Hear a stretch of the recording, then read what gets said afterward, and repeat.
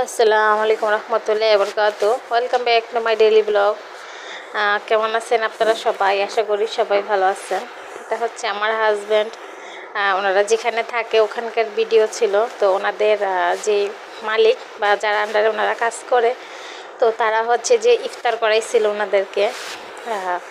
মানে এক এক দিন হচ্ছে এক এক জায়গায় ইফতার করার পরে বেশিরভাগই হচ্ছে মসজিদে গিয়ে ইফতার করে, যেহেতু ব্যাচেলার লাইফ কি আর বলার, ওনারা তো বাসায় গেছে অত একটা তৈরি করতে পারে না। আর দেখা যায় কাছ থেকে আস্তে আস্তে ইফতারের টাইম প্রায় হয়ে যায়, তো সেখানে হচ্ছে যে এসে হচ্ছে জাস্ট ফ্রেশ হয়ে দেন হচ্ছে মসজিদে চলে যায়। মসজিদে একেবারে ইফতার করে নামাজ পড়ে দেন হচ্ছে বাসায় চলে আসে।